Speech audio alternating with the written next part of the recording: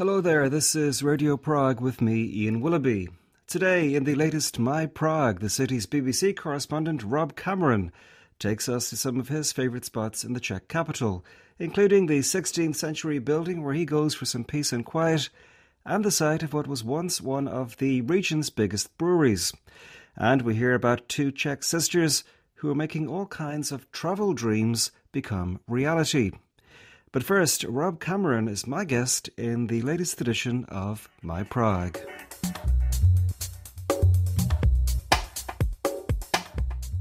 For listeners around the world, Rob Cameron has, as the BBC's correspondent in the city, been the voice of Prague for many years.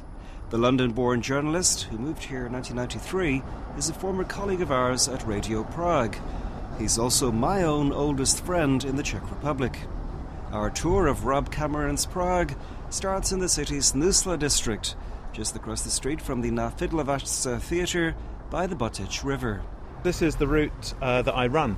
I run down through Vinohrady, which is sort of on the top of the hill there, through Grebovka, Havlíčkové sady, through the vineyards, and then I run along the river Botič through Nusle, where we are now.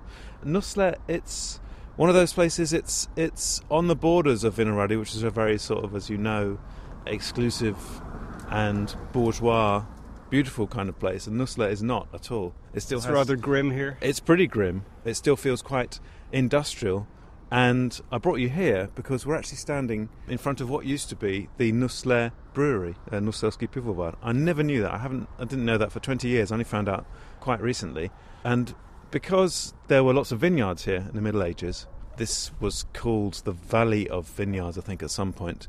Originally, there was a lot of wine growing here, and then they gradually turned it into a brewery, sometime in the 17th century, I think. And I read in the 19th century, it had grown into the biggest brewery in Central Europe. I find it kind of hard to believe, but the building itself does suggest that it was a pretty major endeavour. Well, I passed this place hundreds of times and had no idea there was ever a brewery here. Do you know when it came to an end? I did a bit of research, actually, and it seemed that sometime during the communist period, they stopped brewing beer here, I think in 1960, and they turned it into a malt house, a sort of malting facility. And at the same time, it then became the headquarters of the communist Czechoslovakia's sort of state-owned winemaking enterprise. And so this is where they made lots of really awful wine, and I don't know if you remember a terrible red wine called Sklepmistr, which I think you can still I've blocked that one out. I mean, that's one of my enduring memories of Prague in the early to mid-90s, is this thick red wine called Sklepmistr, sold in very large bottles as well, bigger than regular wine bottles, quite foul, but very cheap, and apparently it used to be made here. Many people who know Prague a little will, of course, know the Vltava, the main river running through Prague. The Botič here, currently largely frozen, isn't so well known. Do you know where it runs from? I know it principally as being the little river that goes beside Bohemians football stadium. It starts somewhere in central Bohemia, actually. It's 35 kilometres long. I think it's one of the biggest tributaries of the Vltava. So it starts way out there. It runs through Michle and Vršovice, and then Nusle, where we are now, into the new town, and then it comes out just by the railway bridge at Víton. So it's quite a major stream. Obviously runs through the valley, or forms the valley of Nusle.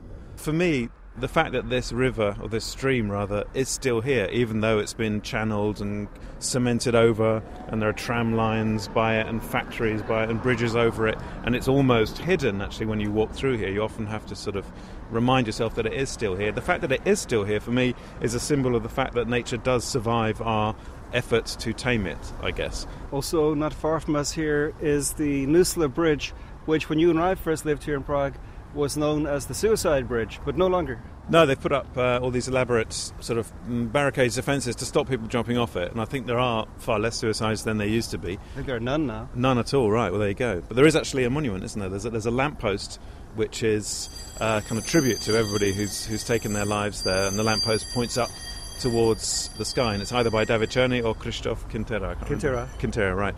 So, it's well known by most Praguers, I guess, as a place where people did used to come and take their lives. think it's a bit like the TV tower up in Žižkov, where I know you live, Ian, where I'm hoping to move to soon.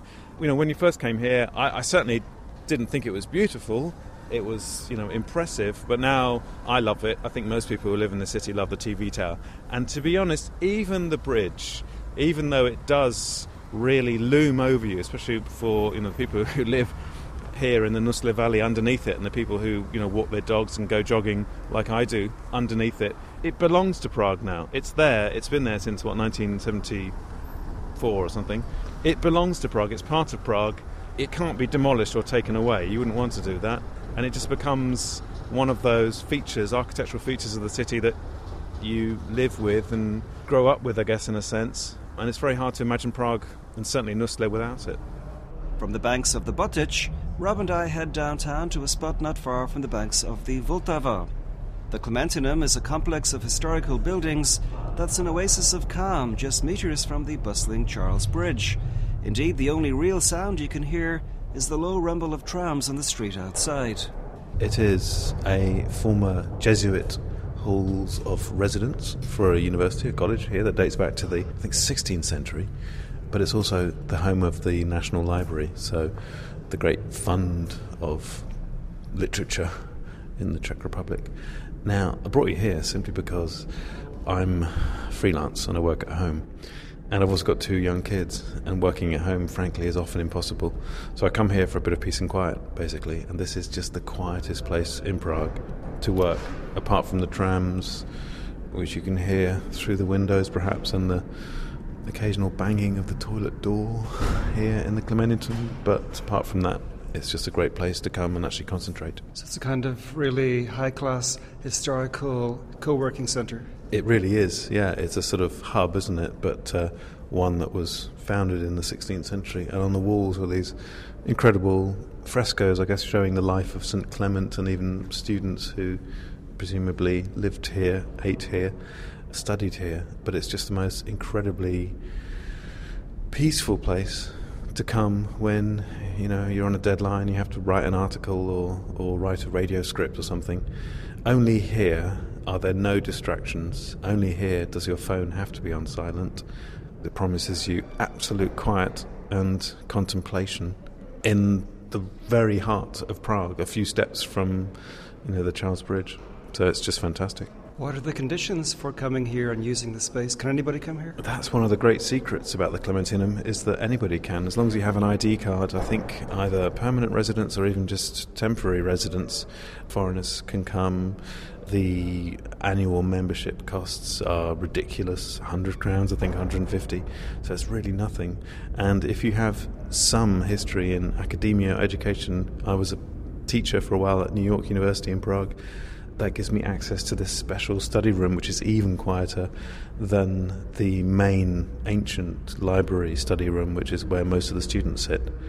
You never find yourself here distracted by the fabulousness of the surroundings? Not really. To be honest, the study room where I tend to sit and work is not as sort of splendid as this cloister that we're standing in now. The only real distraction in this place is the marvellous canteen, which is just around the corner. It's awful, but in a kind of great way. It's the kind of canteen that you would have gone to in Prague in perhaps 1994. The food really hasn't changed much since then. The coffee's slightly better. And you see all these academics and students clearly relieved to take a breather from whatever academic undertaking they've been distracted by. But apart from that, there aren't really many distractions at all, so it's just a perfect place to come and sit and think and read and write. The final stop in our short journey through Rob Cameron's Prague is Café Modi. On the corner of Myslíková Street and Karlovo Náměstí, it's a very cosy, welcoming place with nary a tourist or hipster in sight. When you asked me to choose a cafe, I was thinking about lots of other places that I go to that I imagine lots of other people have mentioned before, Slavia, Louvre, Kaba and Vinohrady, all great places that I go to a lot.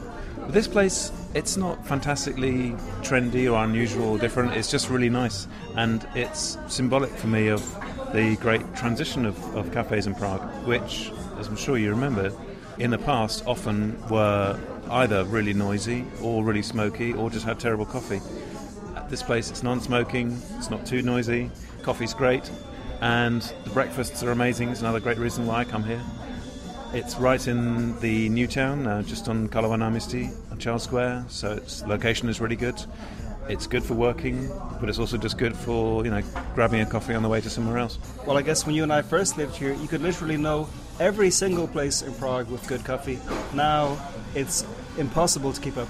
Absolutely. You could probably count them on one hand, couldn't you? And also add to that the places where you weren't going to get ripped off as well, which was another feature of the 90s, at least for foreigners living in Prague.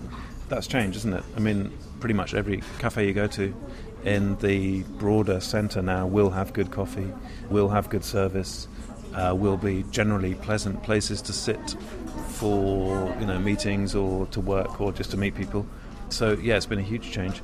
And actually I've kind of begun to prefer going to the lesser known places and seeking out new places just so you have more options, I guess, especially as your Louvres and Slavias are just becoming more and more popular. They're in all the guidebooks or on TripAdvisor, and often it's just hard to get a table. What about pubs or bars? What are your favourite places in Prague? I tend to go to the same places all the time. I go to Ukarelo a lot, which is a classic example of a foreign-run Czech pub. Former dump, now great. Děkuju moc krát. Just bring us some ginger tea and a coffee for you. And those places, it's a great example of somewhere which is staged Czech. It's American run, but it still has a fairly Czech, mixed Czech foreign clientele. It still serves great Czech beer for not too much more than you would pay in a dump. No, I think it's an example of how pubs can be successfully managed and not lose their identity, that special Czech identity that so many pubs here have. And I guess unfortunately a lot of the real dumps here, they do at least have character, don't they, even though they're smoky and horrible. They are different from the sort of brewery pubs that have sprung up around the city. Apart from that, generally I go out to places that are reasonably close to where I live in either Vinohrady or Žižkov. I don't really have that many favourites. I don't really have a local as well, which is odd. As I say, I tend to go to Ukarelo, which is about a 20-minute walk for me. One thing also I wanted to ask you about, Rob, is you've been here since '93. For the great majority of that time you've been a journalist in Prague. How is Prague as a city to report from? Well, it's not as exciting or newsworthy as other countries in Europe. It's a quiet patch, so you have to look hard for the interesting stories, but it doesn't mean that they're not there. There are lots and lots of interesting people in this country, and so with a bit of local knowledge and persistence, then yeah, you can make a living here as a journalist. And are there typical stories that editors outside the Czech Republic are interested in?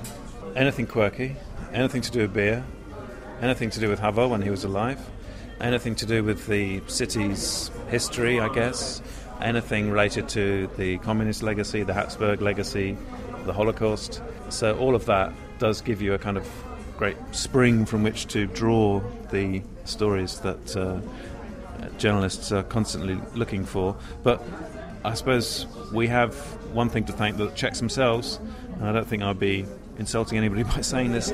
They do quite quirky things and quite odd things. They love, dressing up and reenacting battles and go to enormous lengths to live in this sort of twilight world of otherness that perhaps isn't the case elsewhere in Europe.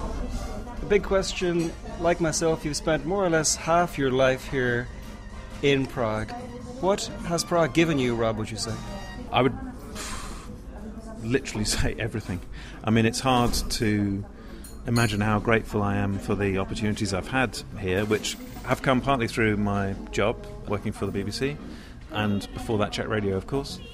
But it's hard to imagine coming here with no real qualifications apart from English as my native tongue and a degree, that I would be here where I am today, happy in my job, living in a great city, living in a beautiful part of the city which I couldn't hope to live in if it was, say, London or Paris. I mean, that would be like having a manor house in Hampstead or something like that.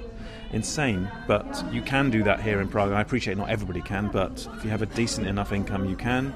And the more you stay here, I think the more deeply you do fall for Prague. I think it's a love affair that just gets becomes ever deeper the longer that you stay, and you constantly find new places to see and new things about the city as well that make you love it even more. There are drawbacks, of course there are, but it's just a fantastic place to live.